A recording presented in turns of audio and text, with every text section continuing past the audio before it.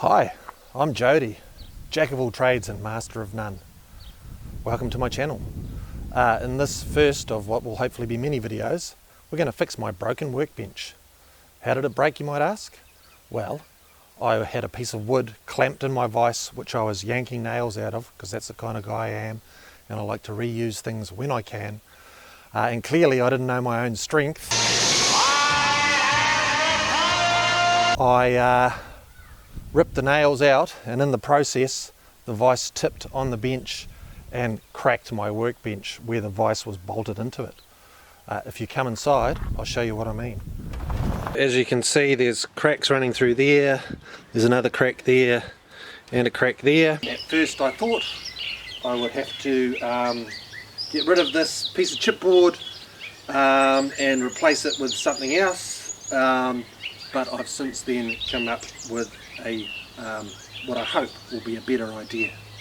What I'm going to do, rather than replace this whole bench top, is I've found another piece of chipboard here in my scraps of old wood pile.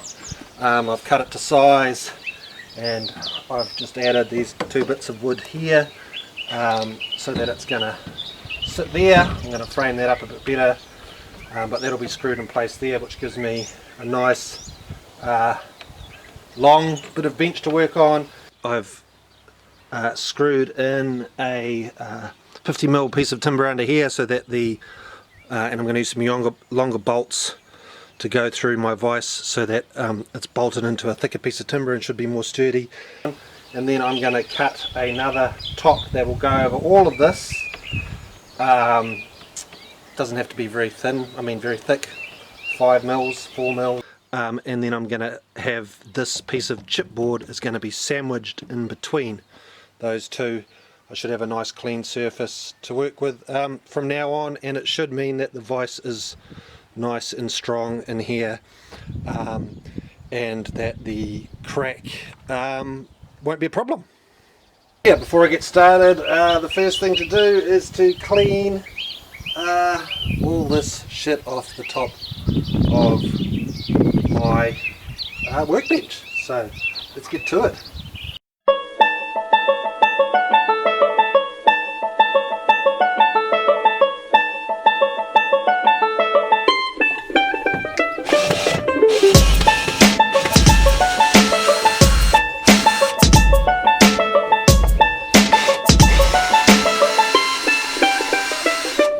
Next thing I'm going to do is bought this bit of 90x45 framing timber, going to chuck that in there, going to frame up a little thing for my extension to the bench top there.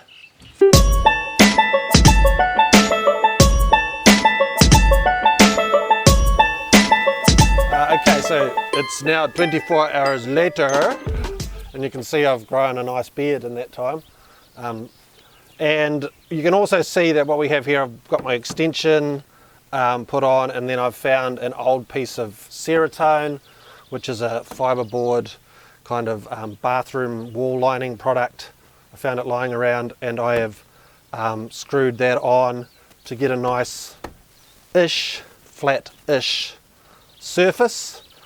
I used this old bit of Ceratone here, drilled some holes in it to do a proof of concept for the vise, screwed that in to make sure that the vise was nice and steady, so that I knew that this big piece was going to work, and it was nice and steady. And so now I've chucked this big piece on there, and then the only thing left to do now is finish doing up these bolts, and we'll chuck a few more screws in here, and I should have a nice new extended non-broken workbench to work off.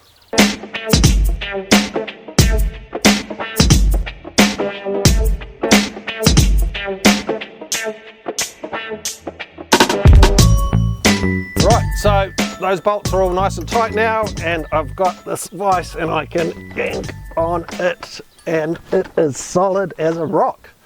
Okay, which is great. So now I'm just going to drill some more holes in the Ceratone so that this is attached nicely to the old wheat bix underneath, and then we should be pretty much done.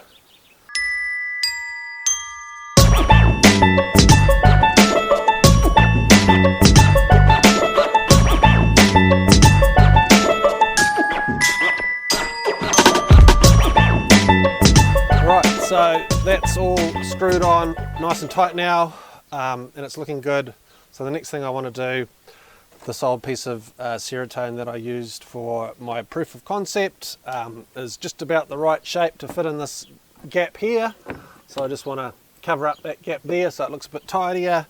And then the next thing I want to do is all my crap that's was on the workbench and is now on the garage floor. I want to move it back to the workbench so that I don't trip over it every time I walk in here. So let's go.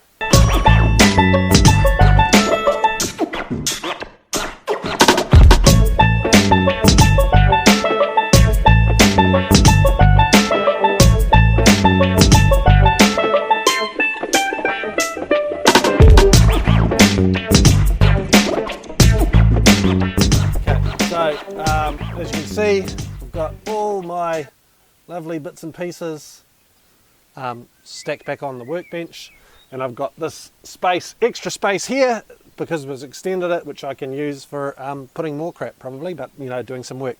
The only thing I don't like is we've got this ugly patch in here, and so I found these bits of timber lying around, and what I think I'm going to do is that I'm going to put them over this face so that we can hide that ugly edge. Okay, so the only thing with putting these bits on the face is that I can't have my lovely rounded corner here that I've done. So what I'm going to have to 45 it and have a straight edge. So I've already marked this here. And good tip for when you're cutting this Ceratone and other kind of similar products like it is to put a bit of masking tape over your line where you cut, and that way when the saw blade runs down the cut, this kind of hardened paint surface doesn't chip and shatter, and you should see it get a decent nice straight cut. So I'll do that now. Put that edge on, and then we'll see what it looks like after that.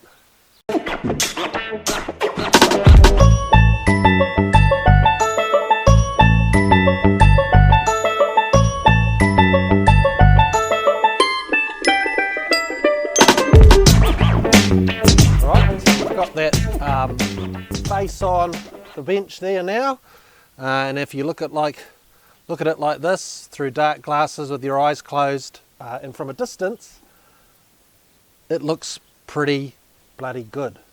Now the other cool thing about this Ceratone surface is that it's whiteboard dry erase, so it's great for writing you know, measurements of pieces of timber you have to cut, or drawing pictures.